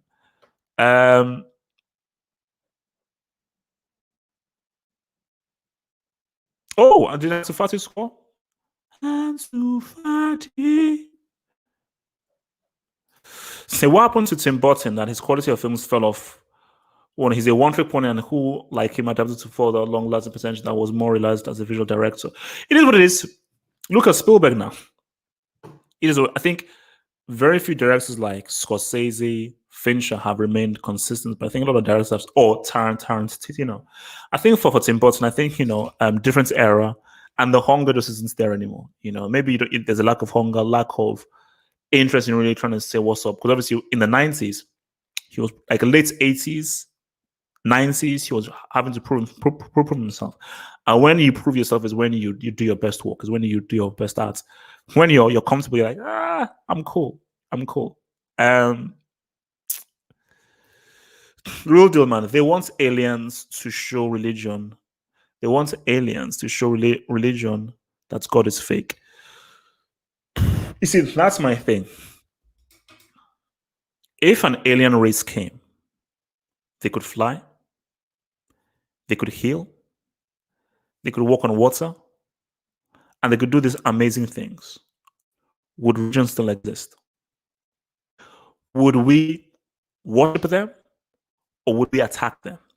Would people view them as devils and demons, or would they view them as these are our gods? You know, so if they could do all these wonderful things, it would be very interesting to see how human beings would react. I've always said that what would happen if there was a man who could walk on water, a man or a woman who could walk on water, who could fly, who had super strength, who could do all these amazing things. How would people react to that? You know.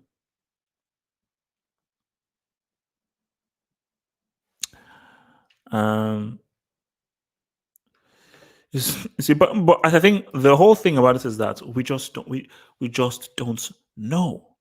All we can do is use logic. That's all we can do. All we can do is just use logic, and logic states there is a pattern to the world, and because there is a pattern, there has to be a designer. You cannot have a pattern without a designer. A pattern can't come about randomly out of nothing. A computer didn't exist out of nothing. Someone had to create the computer, but specifically create the rules for a computer functions. A computer didn't just come out of a big bang thin air.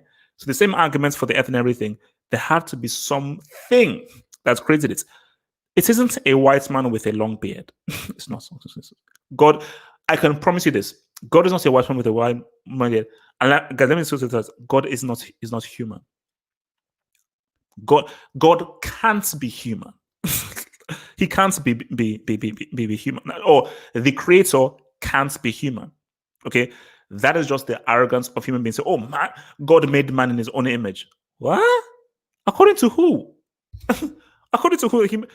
Oh, so now we're now more important than an ant or a rat or a frog. Based on what? you know? We're just living how we're just living in the best way that we know because we've not been told specifically how to live. So we're just trying to just do it the best that we can.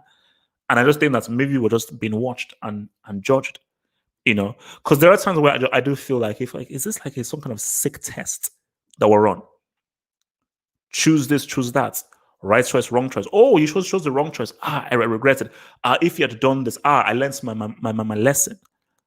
So are we going through this kind of sick, weird test and we are being examined all the way through our life? It's wild, man. It is wild. It is wild, man. But then there are people who believe that, bro, you just die, you turn into dust, and that's it. Vamos, gone. You're no more. Like there is that there's nothing afterwards. You just come in, do whatever you can, and then you just die, and then you're all done. There are people who believe in that. Like it's what it is. So just live your life, and you die whenever you die. There is no higher power. There is no massive explanation. It's all made up by man. Human beings just made up all this stuff, and they just made this stuff to make themselves feel good because people are so afraid of death. They created this concept of heaven and hell, and the Bible is just a book. It's just a story, and it is used to control people because people just wrote it. Man wrote it. So there are all these crazy concepts, but no one fucking knows, man. No one freaking knows, man. No one knows about this shit. So you telling me that, oh no, life, this is what happens. Based on what? Based on what? Like, why, for me, why do you believe everything in the Bible? Do you know for a fact that the Bible came from God? Do you know as a fact? So could you go to a court of law and say the Bible was written by God? The Bible was written by God. All these things. Do you know this for a fact? No, you don't know it for a fact. So you just take it however you take it. And I take the Bible however I take it. But no one knows the truth. You're just a human being.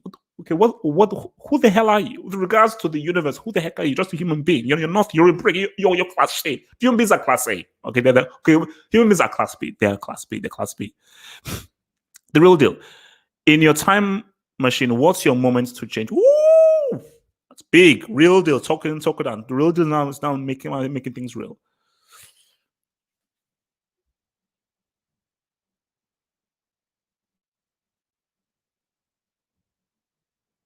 That's a big.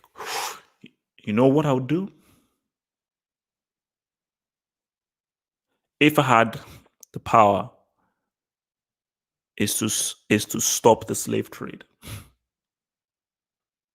So maybe I'll take like this massive, huge nuclear weapon, go to the point in time where the first ship is about to go into Africa. I'll basically just arm all these people. Basically, I'll be like a scientist. I'll just arm these people and say, God, my fellow Africans, if these Europeans step foot on this thing, you blow their heads off.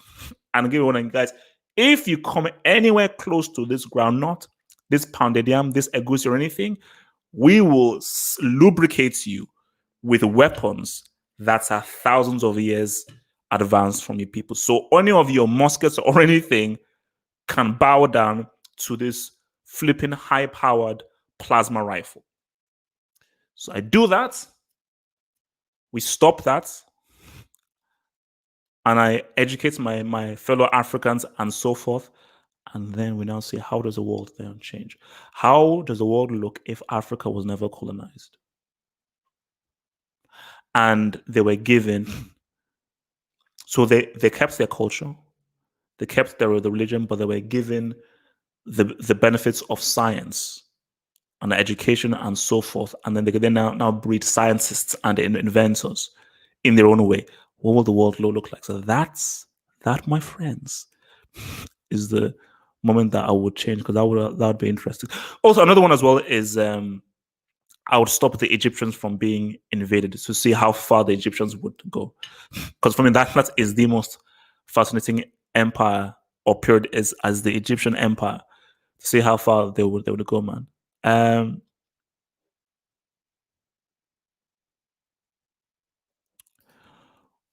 That's why not once, Jason, I just told you that I pray and I believe in the concepts of a God. I just don't believe in one religious God. I believe in the concept of God and I pray. I never said God doesn't exist. I never said that. I believe that God does exist. The concept of a God exists, not the Christian thingy, not the white guy with the beard. I believe in the concept of a creator. But all I'm saying is, as much as I believe in that spiritually, I still have questions. And I think that anybody that has questions about God existing is legitimate. 100%. Because people who, let's say, have not had the kind of spiritual experiences that I've had, which leads to my spiritual beliefs, they're perfectly within the right to be like, how can God exist if I've never seen him and I've never had any spiritual beliefs? And I'm like, what? The only arguments I can bring to them is, well, this is the world of the design and everything. But then they can just say that, well, no. I have to, if I will, I can only believe in God if I can see him. Sorry, you know, if I can't see him physically, I don't believe in him. And I'm like, okay, like, I mean, it is what it is. I believe, but I can't now chastise you. This is what gets me about, like, whether it's Jehovah's Witnesses or people. Why do you feel you have to have a crusade to convert people? How are you going to convert someone who believes in science, has never been to a church or anything, and you want them to believe in something spiritual that they can't see? My thing about this is that inform them, tell them, keep it moving. So why? Because that's why also the issue I had with the guy that I spoke to is like, so you're telling me that because I don't believe in Jesus, I'm going to hell. That's crazy. That's insane. So if I'm a good guy, I help people and I do good. So it's not enough that I do good things in life. I have to believe in Jesus. I have to. Say what? You know? So all those Buddhists, other people like that don't believe in Jesus, so they're screwed as well. I mean, you know, it's crazy. It's crazy. It's crazy. But you know what? It is what it is. People, I have no beef with people who believe in this stuff. I have no beef with people who don't believe in this stuff. My only hope is don't insult the non-believers. Don't insult the believers.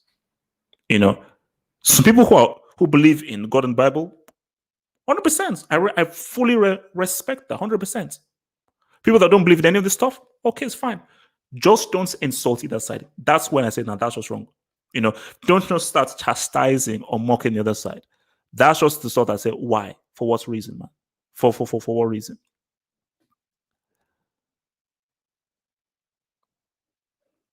Yeah, man.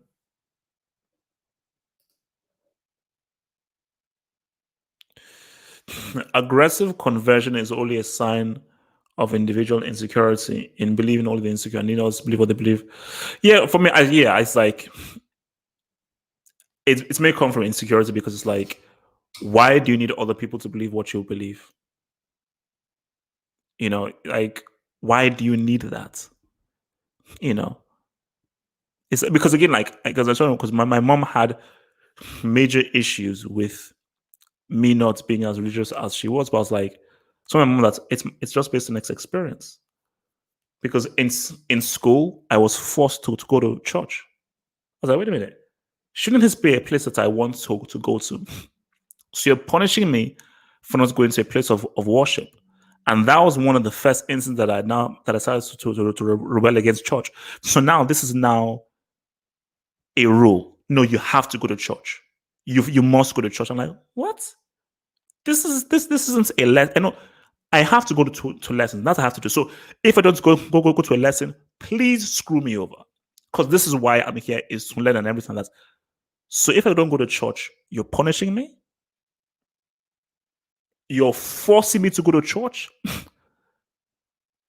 I mean, what is this? Can socialism ever work in Western countries? No, it can't. Because of enterprise, individuality, and people needing to be rewarded for their work. So that's idea. Like, it is what it is. Capitalism is just what it is. It is what it is. You know. In some Western countries, it could work, but in the countries where you have massive industry, celebrities, billionaires, and so forth, and where a lot of money can be made, socialism could never work. Socialism could never work in America. Never in a million years. Never in a million years. So, but the West is about big money. It's about people getting big money, and rich people always want to be richer. Because rich people always have a fear of losing their money. So that rich person, socialism, like, go screw yourself. You're gonna go fucking screw yourself. Socialism, heck no. Heck no.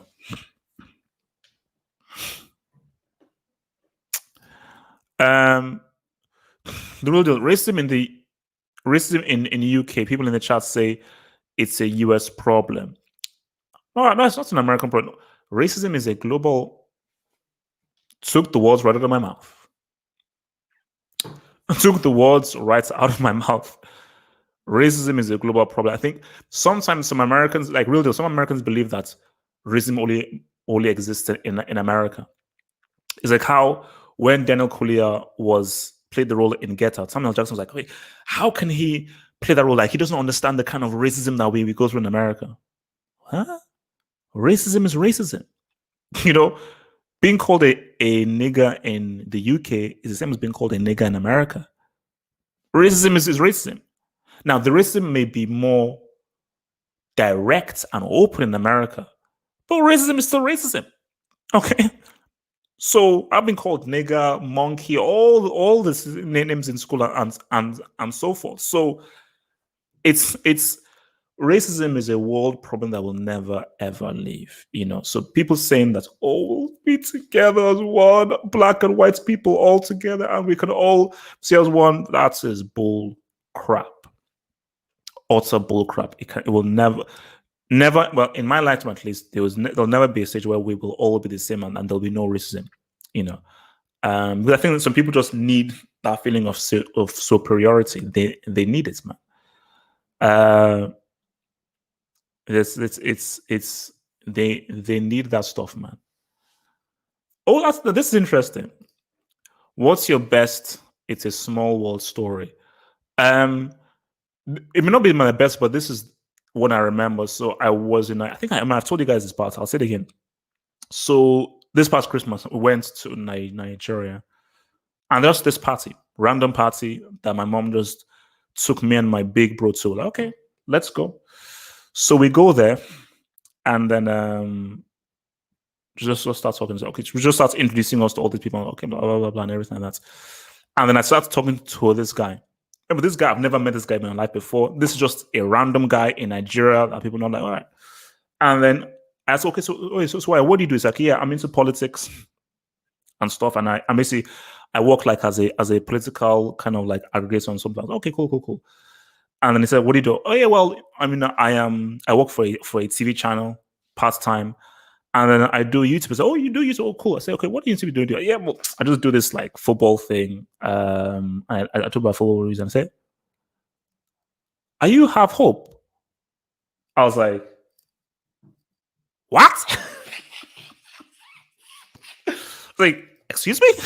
So yeah, are you have? I was like, and then literally for like a minute, I just started laughing. I was like, what the hell? And then when his parents came and said, hey, do you know that this school? All right, Daniel, enjoy, man, and enjoy Soul. Tell me how it is, man. Tell me how it is on Twitter. Tell me how Soul is on Twitter, especially the opening.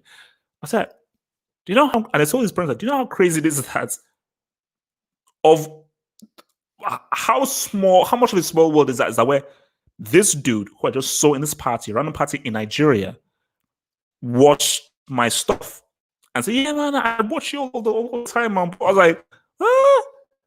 I was like, oh man, that is crazy, man. That is, I said, I was just talking and I said, no, that is just crazy. That I'll just meet a football hot watcher like that in a random party in Nigeria. Like this was Christmas. Yeah, it was like in Christmas evening. Yeah, Christmas on the evening of Christmas. Wild, wild. Yeah. I think it was no, totally wild, man. Totally wild. It was more like I always feel just weird whenever people like see, oh yeah, how about like Oh shit. Oh man, stuff is wild, man. Stuff is wild, bro. Stuff is wild, man. So last 10 minutes, man. How are you guys doing? I wanna ask you guys the stuff. How are you guys doing? What's stuff? Tell me some stuff from beyond. I want to hear from you guys. Rather, I want to hear from you guys. How are you guys doing? What's interesting things have happened to you guys this week? I want to know some interesting stories. Tell me some interesting things that's happened to you guys this week. You know, talk to me. I want to hear some interesting stories, some interesting tales, either this week or maybe what has happened to you over the past few months that has been interesting to you guys. I want to know in the live chat. Tell me.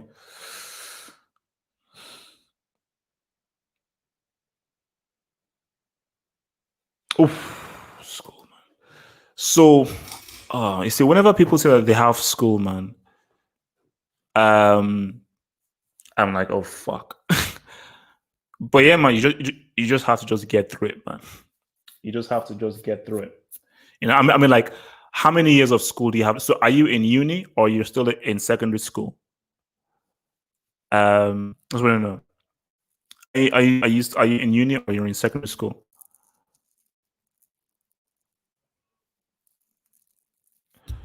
But yeah, school is it ain't soft, man.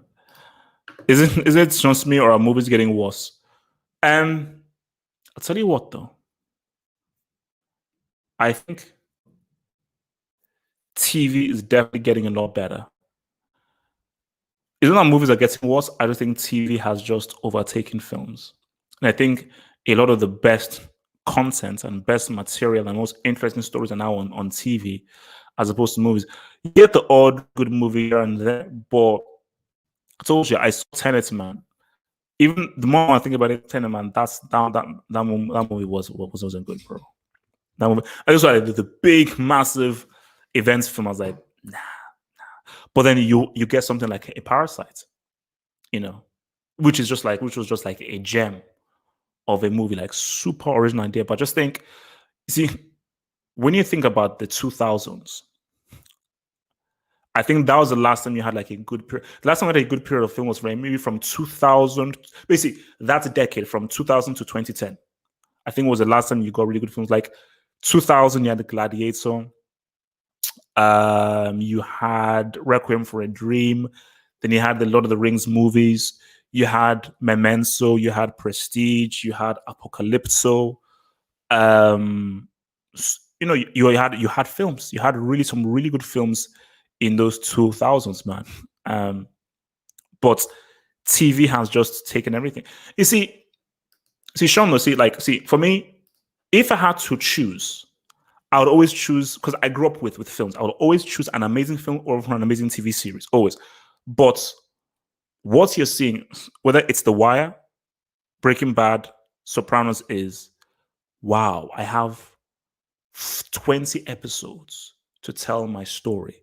So rather than trying to really work hard to tell the story in 2 hours, I can tell the story over 40 episodes. So we can really be taken on a journey with the character. So it's not that TV or the format of TV is better than film. It's just a different format. But what you've now seen are all those guys who, let's say, were doing all of the writing in the 90s and in the 2000s, they've now transitioned to TV. So TV is where you now get the most cutting edge stuff, the most risky stuff, and everything. And I think what you now find is, because Netflix and Amazon, they are so rich and they have so much money, they're like, oh, bring it on. So they're giving more and more opportunity. But then you look at film companies, they're so afraid of spending that 50 or 60 million on that independent movie. They're like, all right, let me just spend 150 on this superhero franchise, or let me just pay 150 on this video game movie and stuff. So then you just get complete trash. So yeah. In DC, getting ready for rats if Trump wins in 57 days. Bro, it is looking likely like this dude is going to get another 4 years, bro. Because they keep throwing, the lefts will throw stuff at this dude again and again and again. But it is looking like if this dude is going to get another flipping 4 years, bro. It is looking more and more likely, man.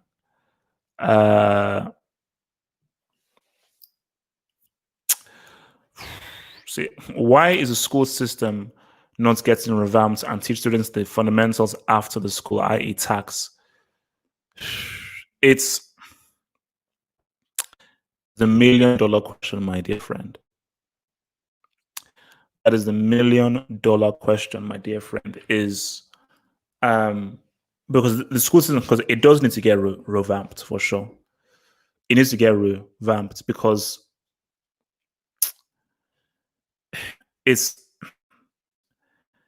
you're not being taught the proper things in school.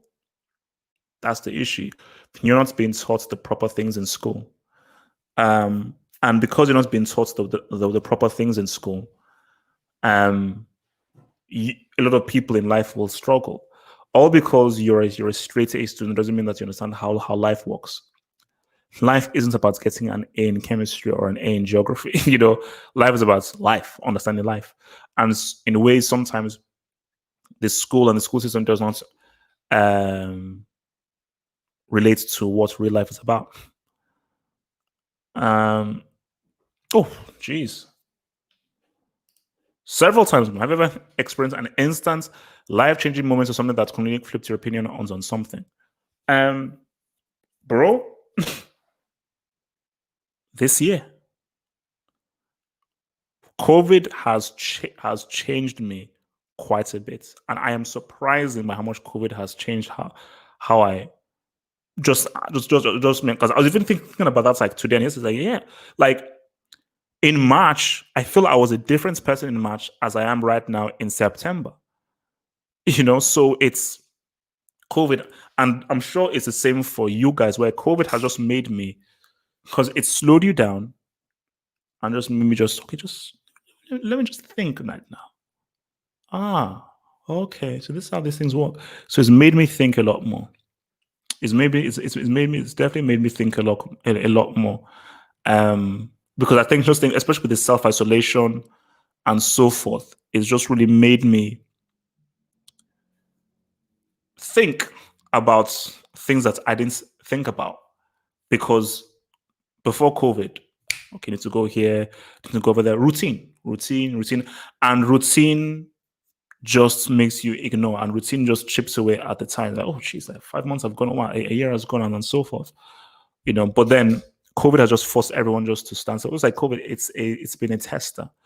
And only people who really know what's up will say, okay, yeah, I've now really been tested.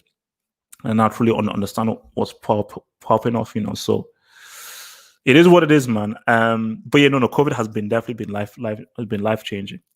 It is totally different, man.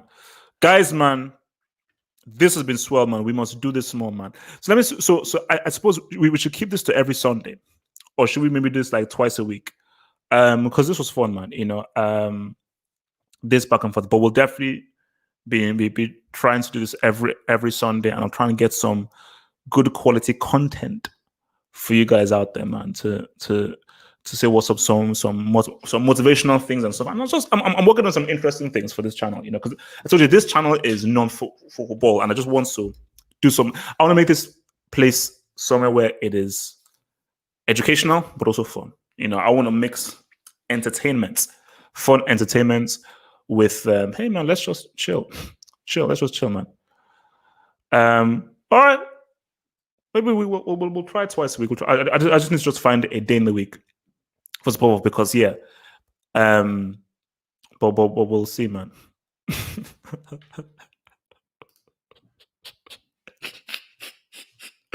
Actually, when I was in Nigeria, 1995 was pretty crap.